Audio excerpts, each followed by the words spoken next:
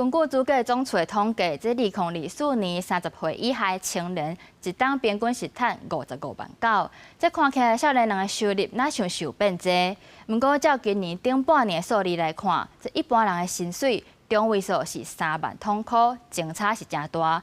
有专家分析，这可能是因为有一部分的人赚较济，所以整体的平均才会较有悬。透早6点就爱去菜市啊，烤鱼啊烂清北来，甲鱼啊太太咧赶紧包互人客。就算拜一菜市啊休市，也收袂少番啊把趁钱的机会出来摆档。根据主计总处2023年的资料，菜市啊的番啊一年营收有到3954亿，袂歹，一担一年营收有到378万。生理是不了好，不过这番啊大部分拢已经有货啊。伫个菜市啊，真少看到少年人。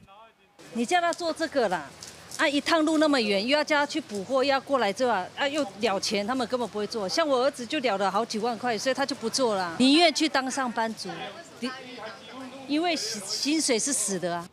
少年人选择坐办公室，根据主计总处的调查，2024年30岁以下的青年，一年所得平均有到55万9700块，年增1万3700块，创下新高。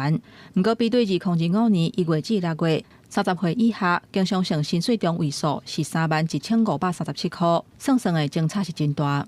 年薪平均55万呢，其实是能够赢过60%，25到29岁的受雇员工，显示呢平均薪资其实是会受到极端值的影响，所以拉高了整体的薪资行情。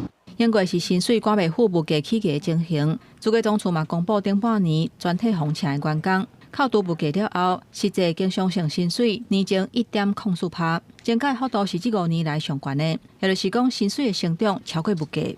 别的我不知道，我自己的小孩在公司上班还好做一点小生意啊。对我也是没办法涨价。如果是月薪，我觉得没有。那时候如果你是在公司上班，可能还有3万起跳，但是现在也是出去也是3万多。针对这点，民众感受度无大，尤其是所来关税的问题，部分的产业可能会面临无薪假，这嘛考验政府产业支援的方案，敢会当真正降低产业的冲击。记者综合报道。